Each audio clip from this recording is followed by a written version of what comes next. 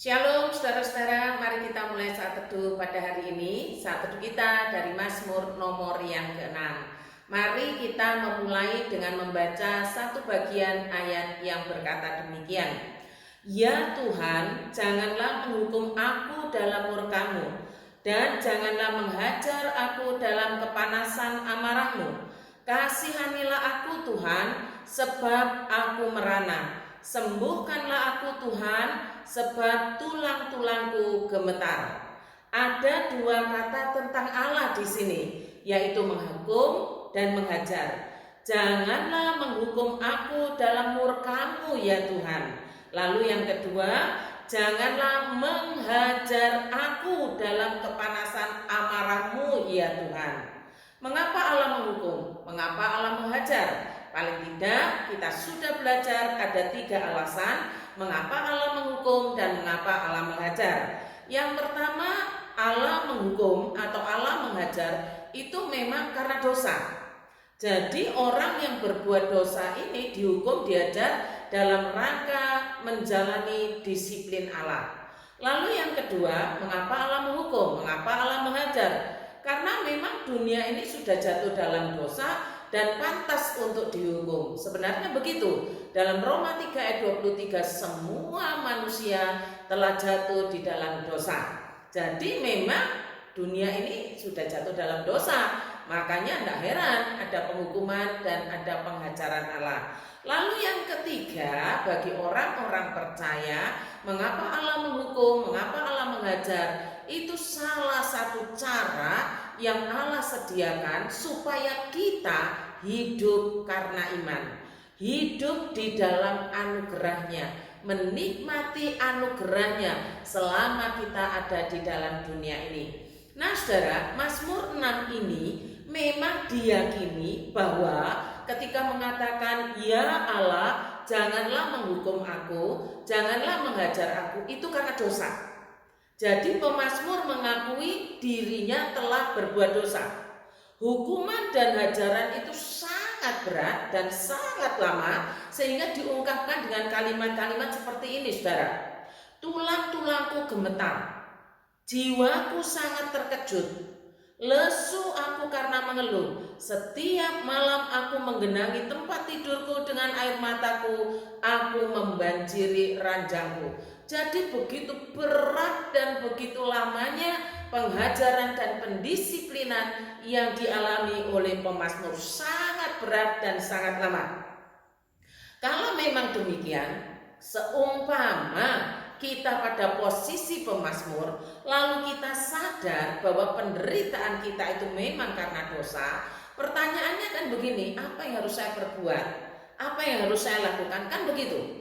Karena itu saudara, saat teduh kita hari ini dari Mazmur nomor 6 ngajari kita, memberikan satu pengajaran buat kita supaya kita tahu jalan keluar ketika kita sudah sadar dan disadarkan bahwa ini memang karena dosa, maka kita menempuh jalan yang disediakan Allah melalui Mazmur 6 ini. Nah, kita mulai begini ya saudara, Allah itu adil, Allah itu maha adil. Setuju ya? Setuju ya? Semua setuju bahwa Allah itu maha adil. Karena keadilannya itulah maka dosa harus dihukum. Saudara setuju? Karena Allah adil dan keadilannya itu menghukum dosa. Seumpama nih ada orang yang membenci kita, terus kita tidak suka banget sama dia jatuh dalam dosa. Lalu Allah mendisiplin dia, Allah menghukum dia, Allah menghajar dia. Saudara setuju enggak? Saya yakin saya pun akan mengatakan, ya setuju, supaya dia bertobat. Lalu bagaimana kalau orang yang kita kasihi, orang yang kita sayangi, orang yang kita cintai ternyata juga melakukan dosa, lalu dia sadar? Allah kan maha adil, berarti Allah juga akan mendisiplin dia supaya bertobat. Pertanyaannya, orang yang kita cintai itu apakah tetap harus menjalani disiplin Allah, dihukum dan diajar Allah? Apakah tetap? Kadangkala kita menjadi tidak seimbang. Di dalam pengakuan kita ya saudara, kalau orang tidak kita sukai, orang yang kita benci, orang yang membuat ribet hidup kita mengatakan yes setuju Tuhan, disiplin aja, hajar saja. Tapi begitu mengenang kepada orang yang kita cintai, orang yang kita sayangi, kita mulai narik mundur. Allah Maha Adil. Dosa harus dihukum karena keadilan Allah, termasuk kepada orang yang kita cintai. Jadi sama ukurannya, tidak dibeda-bedakan, termasuk diri kita sendiri. Jika kita berbuat dosa, Roh Kudus menyadarkan kita dari perbuatan dosa kita. Dan sekarang Tuhan menghukum dan mengajar kita. Kita harus siap. Sama seperti yang dilakukan oleh pemazmur ini, harus siap sesuai dengan pengakuan, sesuai dengan karakteristik Allah, sesuai dengan watak Allah. Allah Maha Adil. Orang yang takut akan Tuhan bisa saja kepleset, jatuh dalam dosa, bisa. Tapi Roh Kudus mengingatkan dia, lalu dia rela menerima disiplin Allah, rela menerima penghukuman dan penghajaran Allah. Jadi ukurannya sama, nggak boleh kita pakai Allah adil untuk dia, Allah adil, oh bukan untuk saya, itu kalau saya lebih bagus, kalau Tuhan itu tidak jadi menghukum. Oh tidak demikian saudara. Paling tidak pagi hari ini kita sudah mulai paham atau bertambah paham bahwa Allah Maha Adil, dosa pasti dihukum. Tidak pandang siapapun dia yang melakukan dosa, dosa itu harus dihukum dan menerima pendisiplinan ilahi, harus rela. Lalu pertanyaannya, kalau sudah kita tahu bagaimana cara kita mendekat kepada Allah, bagaimana cara kita berdoa, apa yang harus kita sampaikan, karena kan Roh Kudus sudah menyadarkan kita terhadap dosa itu. Apa yang harus kita katakan, apa yang harus kita pohonkan di dalam doa kita, saudara? Yang pertama, kita sudah rela ya, ini sudah rela. Oh ya, memang Allah itu Maha Adil, dosa harus dihukum, termasuk saya, termasuk dia, termasuk orang yang saya kasihi, termasuk siapapun di dunia ini.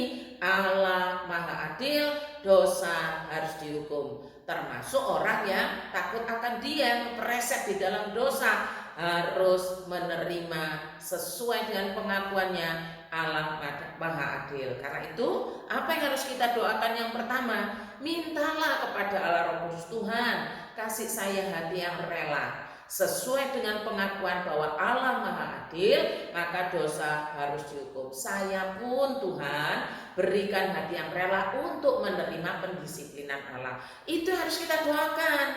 Jangan dahdu, jangan.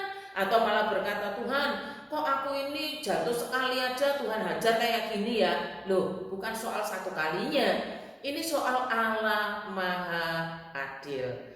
Dosa harus dihukum. Orang yang sangat karib kepada Allah, orang itu dinyatakan kekudusannya. Nah itu rahasianya, rahasia yang dimiliki Allah. Karena itu mari kita berdoa, mengakui Tuhan Engkau memang Maha Adil. Ya Allah, memang keadilan ada di tangan-Mu. Kasih saya hati yang rela, kasih saya menerima ini semua supaya saya bertobat. Itu yang pertama saudara. Lalu yang kedua, apa yang harus kita doakan ketika Roh Kudus menyadarkan kita bahwa kita sudah jatuh dalam dosa, tapi sekarang kita sadar kita tetap mau mendekat kepada Allah. Mari kita doakan begini, Tuhan berilah saya belas kasihan-Mu, Tuhan berilah saya kemurahan-Mu. Kalimat itu dinyatakan dengan begini saudara, kasihanilah aku Tuhan sebab aku merana, sembuhkanlah aku Tuhan sebab tulang-tulangku gemetar. Jadi kita diajari minta belas kasihan, minta kemurahan. Supaya apa?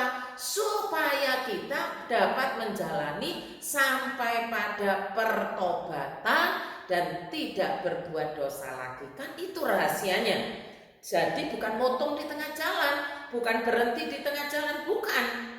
Mintalah belas kasihan Allah, mintalah kemurahan Allah, supaya kita ini bertobat dan menyelesaikan proses pendisiplinan Allah sesuai dengan rencana Allah. Karena itu baik buat kita. Supaya apa? Tidak berbuat dosa lagi, berarti sekarang kita mengikuti Allah. Itu yang kedua yang kita doakan, minta belas kasihan, minta kemurahan. Lalu yang ketiga, apa yang harus kita doakan di dalam proses pendisiplinan Allah setelah Tuhan Allah itu membuat kita sadar? Selain proses pendisiplinan itu yang kita jalani, mintalah hidup. Tuhan, berikan aku tetap hidup, bukan mati dalam proses pendisiplinan itu. Supaya apa? Supaya saudara dan saya dapat mengucap syukur. Kalau sudah mati tidak bisa mengucap syukur. Dikalimatkan begini di dalam Mazmur ini. Sebab di dalam maut tidaklah orang ingat kepadamu. Siapakah yang akan bersyukur kepadamu di dalam dunia orang mati? Minta hidup, menjalani pendisiplinan Allah tapi tetap hidup. Tujuannya apa? Mengucap syukur. Kalau sudah meninggal ya tidak bisa, kan begitu. Jadi minta hidup bukan ngatur Allah loh saudara, tidak. Karena tujuannya supaya aku dapat bersyukur, supaya aku dapat berterima kasih karena cara Tuhan menyelamatkan kita supaya tidak masuk di dalam dosa lebih dalam. Tuhan mendisiplin kita. Jadi saudara, bagaimana? Apakah kita siap menjalani kehidupan saleh? Semoga bersama-sama dengan saya, dengan orang-orang kudus lainnya, berjalan bersama-sama di jalan Allah. Mari kita berdoa. Ya Allah, kasihanilah kami, mohon Roh-Mu membimbing kami, bagaimana kami harusnya percaya kepadamu. Bahkan ketika kami mengalami pendisiplinan Allah dan membawanya dalam doa kami, karuniakan kepada kami kesadaran bahwa Engkau Maha Adil. Terima kasih Tuhan, berkatilah jemaat-Mu dengan firman-Mu.